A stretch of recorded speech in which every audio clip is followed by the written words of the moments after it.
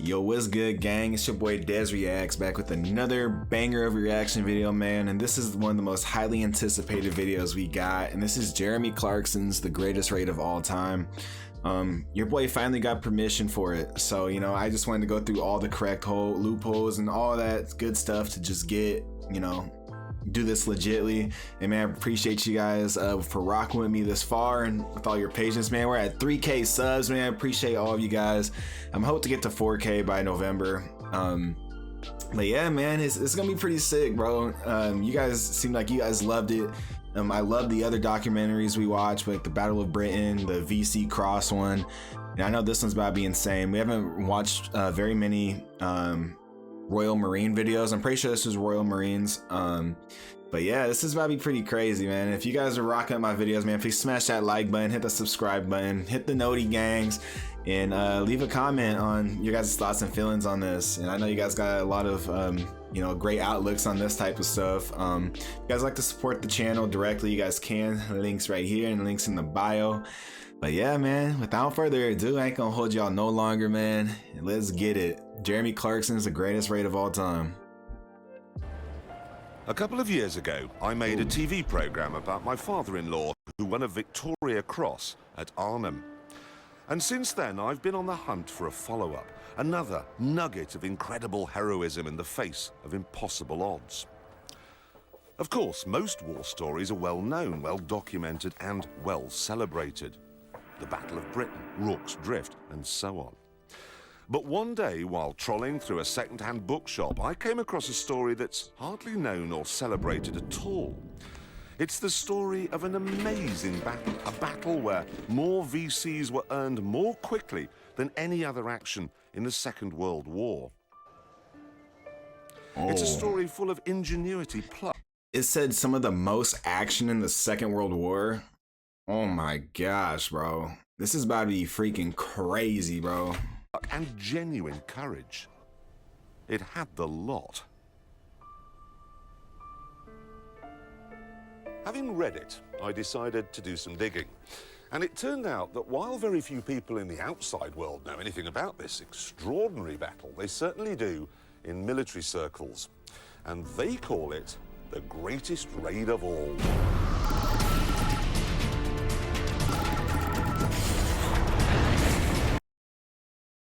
I can already tell this is about to be crazy.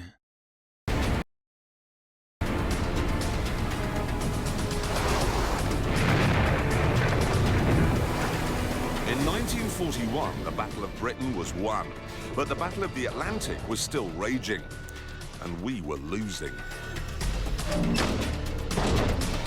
German U-boats were running amok among the convoys bringing supplies from America. 9 million tons of shipping had already been sunk, and the shipyards in Britain simply couldn't replace it fast enough. Britain... 9 million pounds of supply, 9 million tons of supplies. Oh my gosh, bro. What? That's crazy, bro. Oh my gosh. And those are supplies that the British, you know, you guys desperately needed this supplies. This is war supplies. This is food for your guys' people. All that stuff, man. Oh gosh. Was beginning to starve.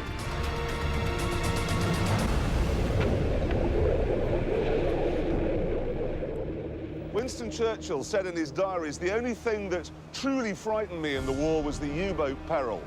Said he was even more anxious about the Battle of the Atlantic than he was about the Battle of Britain. And then into the equation sailed the Tirpitz.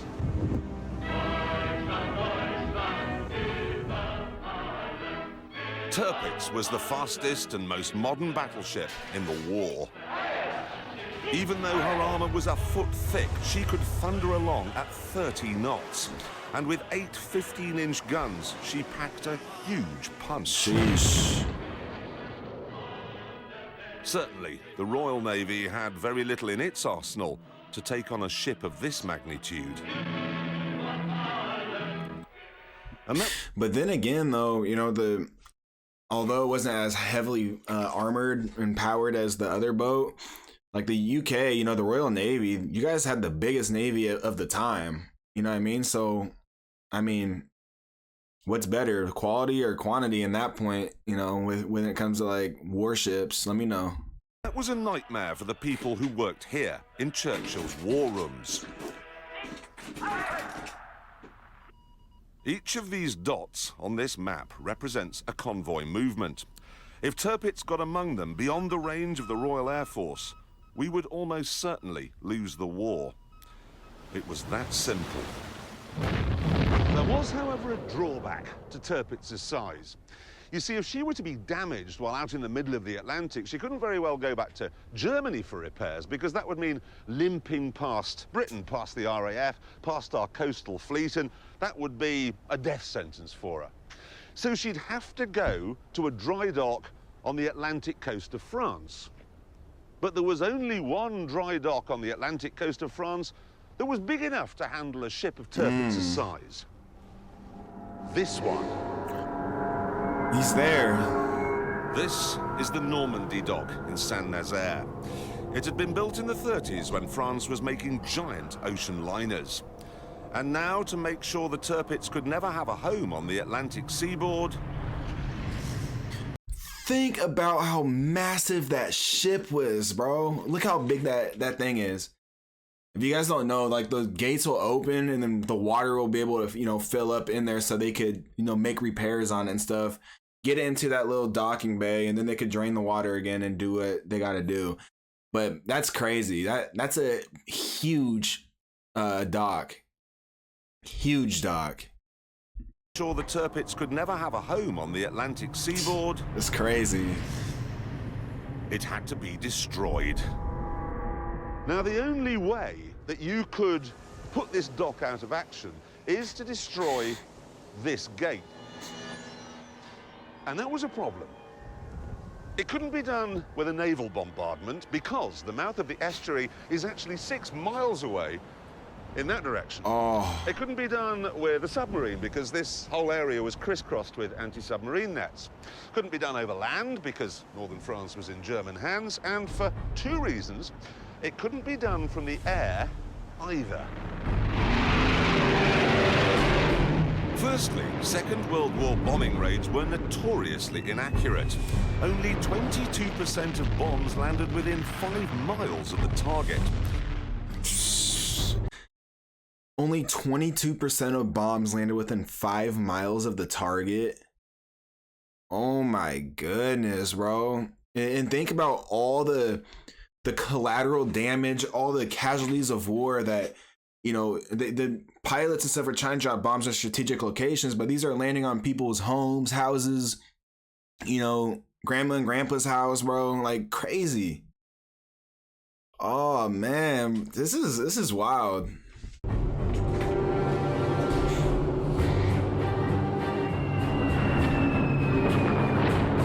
So the chances of being able to hit a dock gate from 6,000 feet in the sky were slim at the best of times. And it wouldn't be the best of times because right next door to the dry dock were 14 U-boat pens. Wow. These were some of the most precious facilities in the German armory, and to protect them, the Saint-Nazaire area bristled with 80 anti-aircraft guns and artillery pieces. 80. And in the town itself, there were 5,000 troops. Destroying the dock then using conventional forces, the army, the air force, the navy, out of the question. So the job was given to a group of men who really had only just been put together. The Commandos. Ooh, here we go.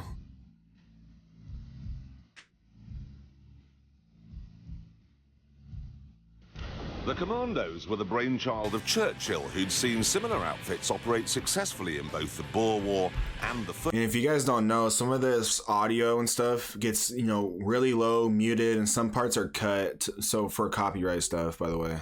First World War, a small number of highly trained soldiers would get in fast, do a huge amount of damage, and then get out before the enemy had time to get organized. Churchill liked this. He called it the butcher and bolt approach. Let's go. So what kind of men were they? Well, if popular myth is anything to go by, they were lantern-jawed killing machines who could headbutt their way through oak doors. The reality, though, was rather different.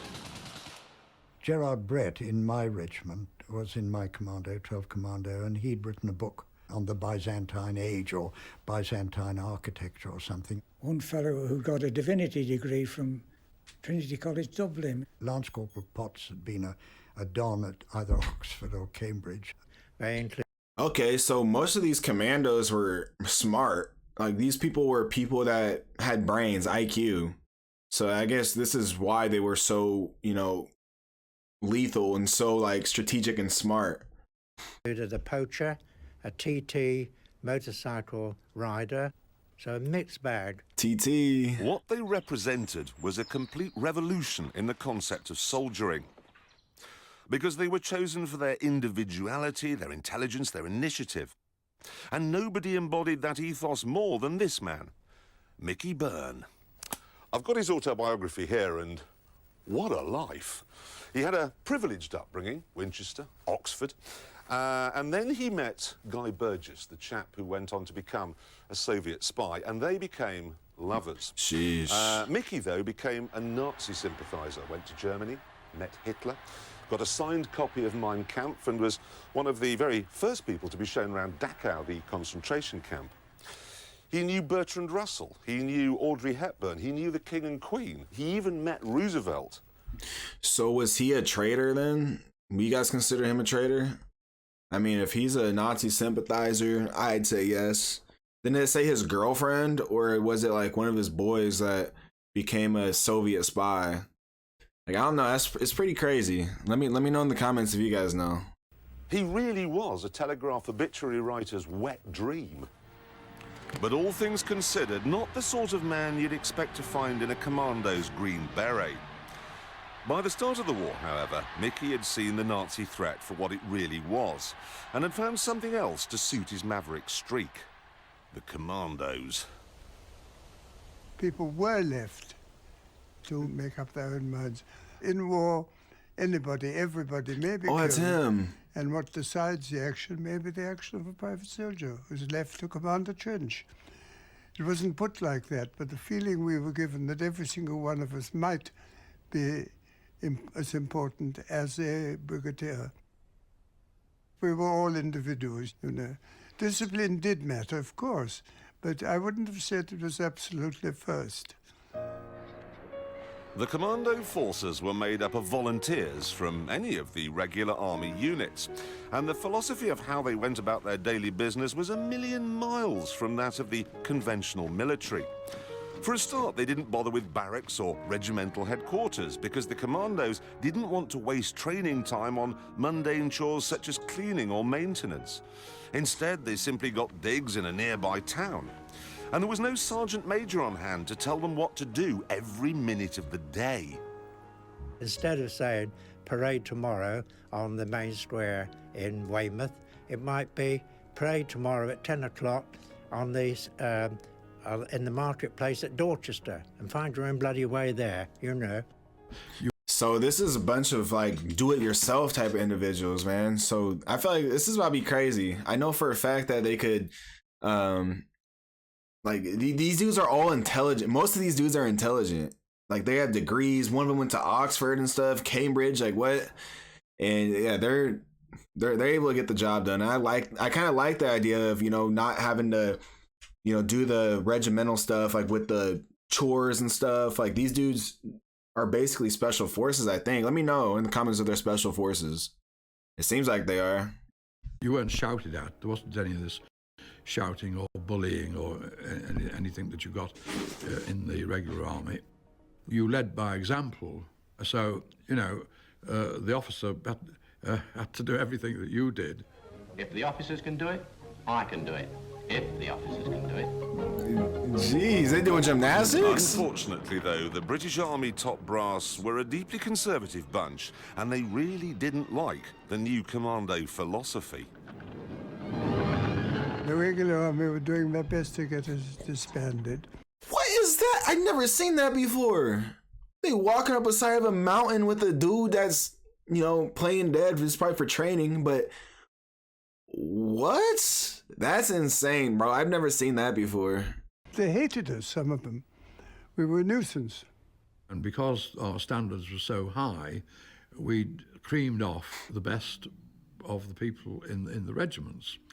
And in fact, a lot of COs. Look, I'm sorry for pausing it, but can you just look how dangerous this is? These are free rope climbing up a rock wall for training. This would not be done today without no safety harness. Look at this. Because our standards were so high, we creamed off the best. You guys are so crazy, bro, in the UK, man. You guys are nuts. Of the people in the regiments. And in fact, a lot of COs refused to allow people to volunteer. This resistance by the regular army certainly got Churchill's back up. What I have here is a letter he wrote to the Secretary of State for War. And he says, I hear that the whole position of the Commandos is being questioned. They've been told no more recruiting and that their future is in the melting pot. Says he feels very strongly about this. Says the defeat of France by Germany was accomplished by an incredibly small number of highly equipped elite, while the dull mass of the German army came on behind. And then here, for every reason, therefore, we must develop the Commando idea. Pretty clear cut. As 1941 drew to a close, Japan joined the war, and the Royal Navy had to send a fleet to the Far East. So there was even less to hold the Tirpitz at bay. What's more, we were losing the Battle of the Atlantic. We were losing in North Africa, and London was in ruins. So if Churchill's Commandos really could smash up Saint-Nazaire, it might give a sense back home that Britain wasn't finished just yet. Everywhere, almost, we were on retreat, and people were really becoming negative, and Churchill wanted something which would be successful aggression. Huge for the morale of the people, man. This is 1941. America, we might not have been involved yet at this time, and you guys were suffering like lots of defeat. Supplies weren't getting to you guys to feed the people, military, munitions and stuff. You guys are just taking a lot of L's at this point, and like your guys' prime minister, he knew that you guys needed something to boost the morale of the people, because that's just as important as the morale of the the military. So a major W will do you guys really do a solid at this point in the war for sure. The plan to destroy the 1,500-ton dock gate was codenamed Operation Chariot, and it was certainly bold. The Commandos would get hold of a couple of destroyers from somewhere and sail them from Cornwall over to western France. Now, one of these destroyers would be filled with explosives. And while the RAF distracted the Germans with a bombing raid over Saint-Nazaire, they would somehow sneak it up the estuary without being seen by anyone in the gun emplacements here, here, here, here, here. That's bold. Here, bold. Here, and here. Or by anyone with a searchlight here, here, here, and here. And then, to see what happens next, we have to turn to the actual model built to plan the raid. The destroyer, with the explosives in it, would ram the dock gates here, and the Commandos would jump off, and right underneath all the guns positioned to protect the U-boat pens here, they'd run around, shooting anything that moved, and blowing up anything that didn't. Seems legit. Let's see if that went all according to plan for them. Then, after the destroyer exploded, destroying the lock gate, they'd all meet here at this not at all exposed jetty and get back on the second destroyer, which somehow wouldn't have been blown to pieces while it was hanging around in the estuary for a couple of hours waiting for them to finish. It would then sail back down the estuary, past all the guns, and go home. Right. Sheesh. Terrible plan. The plan was presented to the War Office by Louis Mountbatten, head of the Combined Operations Unit, and unsurprisingly it met resistance. One Commander-in-Chief was particularly vocal. I remember he started the meeting by saying, "Well, Dickie, old cock, if you're prepared to lose all your soldiers and all your ships, I suppose you can take on this task, which I regard as absolutely impossible." I said, it's the fact that it is regarded as impossible which makes it possible. The Germans will never think we'll attempt it. That's facts.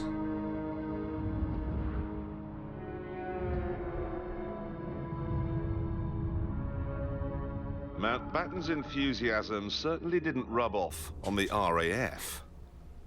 You can see here in these Operation Chariot minutes that the powers that be requested a force of about 100 aircraft for the diversionary bombing raid in 3 waves. But on the back, Vice Marshal Saunby says, "I don't agree that such a heavy scale of attack is needed. We want about 20 Whitleys, which are bombers, hanging around overhead, dropping an occasional bomb."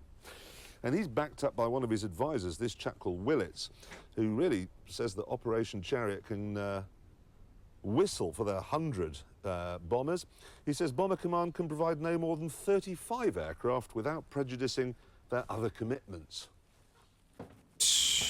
You might have thought the Navy would be keen, especially since the operation was designed to neutralise the Tirpitz. But no.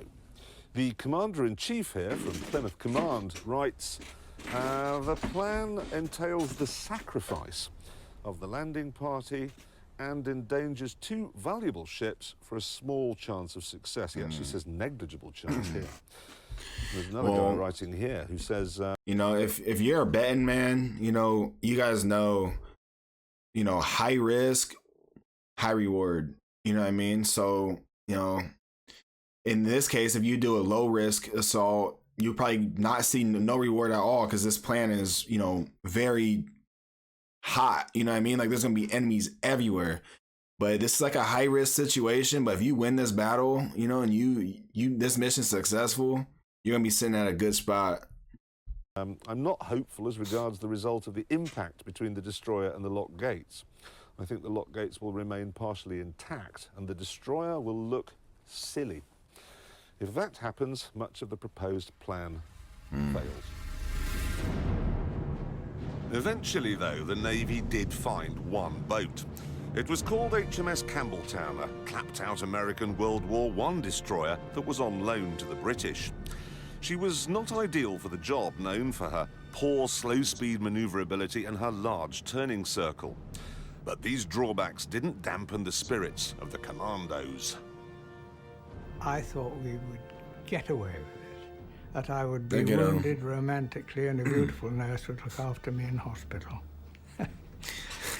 I was very young. That dude, bro, he's awesome, man. He's like, man, I just knew I was just basically, if I get shot, man, it's gonna be my glory. And then he's like, he's just imagining, you know, injured inside a hospital, waking up to a beautiful nurse. He's funny, bro. All this heavy training and nothing's happening, so very frustrated. So I think when we were finally briefed on the model, I mean, we thought, well, hell, this is going to be something. We had been trained both in the dark, blindfolded in the day, in every form of demolition to do with dock demolitions, trains, and anything. So when we heard that we were going to blow up the dock installations at Saint-Nazaire, I suppose really it was a feeling of elation. At this stage, people were saying, well, what do you think? To me, you see. And I'd say, it's going to be a piece of cake. We're going to go in there and knock them for 6, because that reflected the optimistic attitude. We were going to go in there, blow up this bloody dock, and we'll be out.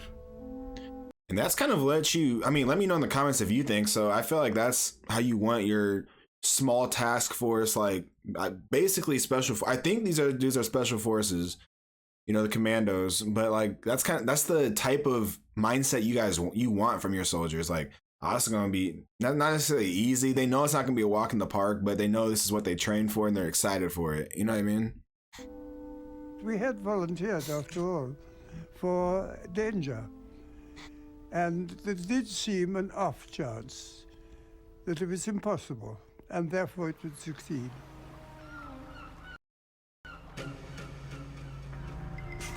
As the Commandos prepared on land, the Navy set about the Campbelltown. The old tub would have to sneak past 80 gun emplacements on its way up the Saint-Nazaire estuary, so it had to be disguised, and they only had 12 days to do the work. In the end, they removed 2 funnels and sloped the other 2 backwards, so at a glance it looked a bit like a German destroyer.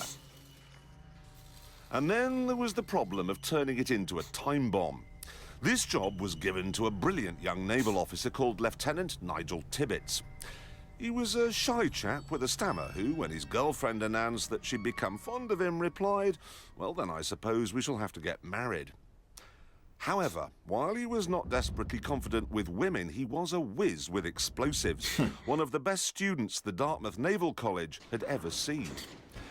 But he went to Dartmouth? Oh my gosh, bro. That's nuts. Like, these dudes are so smart. Those dudes are Ivy League schools, or like, you know, your guys' version of like Princeton, Yale and stuff, you know, like Cambridge and all that stuff, bro. That's crazy. And that's how it is, bro. Nerds like that, like, he's a nerd. Like, nerds aren't very good with women. So that's pretty, you know, he's probably so happy when his girlfriend wanted to marry him. But even he faced difficulties with how you turn a whole ship into a bomb. The first problem he had was deciding where in the ship to place the explosives. Because you see, if you can imagine, this is the gate to the dock and this is the ship. What's going to happen after it hits? I mean, is it just going to end up here, in which case you want the bomb in the front? Or is it going to rear up, in which case you want the bomb sort of in the middle, toward the bottom? I suppose theoretically it would be possible, if the ship were going fast enough, for it to actually ride right over the top of the gate and end up in the dock itself. I mean, who knew? Day and night, Tirpitz struggled with this until he decided on a spot 40 feet back from the prow, low down, next to the keel. Then he had to work out how to set the explosives off. Back then, there was no accurate timing device, so he had to use fuses, like this. The idea is that you squeeze the top part here, which breaks a glass capsule on the inside, releasing acid that then slowly burns through a strip of wire. Now, when that snaps, it releases a spring which boings out, setting off the detonator. Now, this was very advanced in 1942. That's crazy. There were a couple of problems.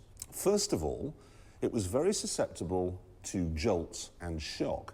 You wouldn't, for instance, want to ram some lock gates at 25 miles an hour with one of these on board, because it might go off instantly, killing everyone. It was also very vague. The strength of the acid varied from fuse to fuse, the strength of the wire varied, the tension of the spring varied. Tirpitz couldn't say to within an hour when the bomb might actually go off. That sucks. Choosing what explosive to use, however, was fairly straightforward. He went for amatol, and to show how big a bang that produces, we've placed a pound of something similar between the front seats of this car. 3, 2, 1, fire in! Ooh. That was a pound. You're Tirpitz dead. was going to use 4 1/4 tons. Still, even if the explosives and the fuses could be trusted to work properly, and even if they could get across to France without being detected and up the estuary without being blown to smithereens, and even if the Campbelltown could hit the lock gates exactly right and the Commandos could get off and do whatever it is they had to do, they still had a problem. How do they get home again? Dang. Because the Navy wouldn't provide a second destroyer, they were instead given 16 of these.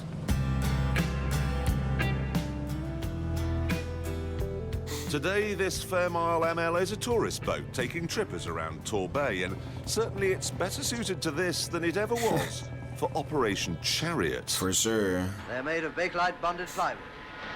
It was a cheap, mass-production boat designed primarily to make the Navy look bigger than it really was. May God speed all who sail in her. That's the Queen, right? At the time? Certainly wasn't particularly good in the open sea. It tended to roll badly in a swell, which made everyone on board queasy. It's not so bad if it was only used to bring the soldiers home, but this little fleet would also be used to get half the Commandos out to Saint-Nazaire as well. Oh, that looks so awful. 15 Commandos wedged down here with all their kit. And when they got to the other end, they'd be expected to get out and start fighting immediately. And the last thing you want is them to be feeling nauseous, you know what I mean? And not in their head, not 100% mentally just ready to fight. There wasn't only seasickness to worry about, because while each ship had small guns fore and aft, it didn't have any armor. No, really. All that stood between the German guns and the men down here were, a few planks of wood. And to make matters worse, each boat was fitted with 2 500-gallon long-range fuel tanks, which were completely exposed on the deck. Oh my God. Campbelltown was a bomb on purpose. These things, they were bombs by accident. Honestly, it's hard to think of any vessel less well-suited to the job in hand. The Commandos were hard men, good fighters. But they'd been picked for their intelligence as well, so they must have known that the chances of getting to Saint-Nazaire were small. The chances of doing the job were microscopic, and the chances of them getting home again on a wooden boat, groaning under the weight of exposed fuel tanks past an alerted enemy were virtually non-existent. They must have known that Operation Chariot, for the vast majority, the suicide was going to be a one-way ticket. We were all of us told if we wanted to leave a letter for our next of kin, our loved ones, you could do so. And you wrote on the envelope to be posted in the event of my failing to return. And that's, I never had to experience that, but like that's got to be a very like surreal feeling, you know, like writing your death note. You know what I mean? Like you're coming to terms with yourself. Like, look, I'm more than likely going to die in this situation. And they write these, you know, to send to their wives, families, whoever. Like, man, that has to be like emotional, you know, surreal experience. Let me know. I mean, have you guys ever been in that situation where if you guys served, like you guys wrote a letter just in case? Let me know. And there was one, Sergeant Tirpitz, who I knew them all very well indeed. And I remember seeing his face, and I knew he was going to be killed. My dearest Dad, by the time you get this, I shall be one of the many who have sacrificed their unimportant lives for what little ideals we may have. I can only hope that by laying down my life, the generations to come might in some way remember us and benefit by what we've done. At a time like this, I turn to you, Dad, and God. I hope there will be peace for everyone soon. My love to everyone. I'll remember you. Your loving son, Bill. Wow. Look at that, bro. He was thinking about you guys, the future generations. You know, me probably, you know, not me necessarily, but just like the future generations he was thinking about. Like, I hope this sacrifice, you know, and look, we're still singing their praises today. Over, you know, almost 100 years later. Somehow I thought it's unlucky to write your last letter to your parents. No, my attitude was I'm coming back. 2 of men came to me and said, would you take these letters home to our wives if we're killed? And I said, but wait a minute, I'm going with you. Oh, you won't be killed, I said. They were both killed. Oh. The Saint-Nazaire raiders weren't allowed to reveal details of the operation to their loved ones. But for the bomb designer Nigel Tirpitz, recently married and the father of a young son, the thought of keeping his wife in the dark was too much. So he told her. And she said afterwards they both sort of knew he wouldn't be coming back. That makes me sad. So as the Commandos gathered here in Falmouth in Cornwall, ready to join the Campbelltown and the little boats that were anchored out there in the bay, Lord Mountbatten gathered them all together, and very unusually, he said to them that any man who wanted to step down could walk away without a stain on his character. Not None. one of them did. They all knew that, you know, we're in this together, bro. Like, they trained together. They've been waiting for this moment. They knew this was their job. And, you know, they didn't want to let the, you know, one of the most important things in the military, I feel like, is, you know, fighting for your brother. You know what I mean? The man to your right. And, you know, I feel like they just didn't want to let them down.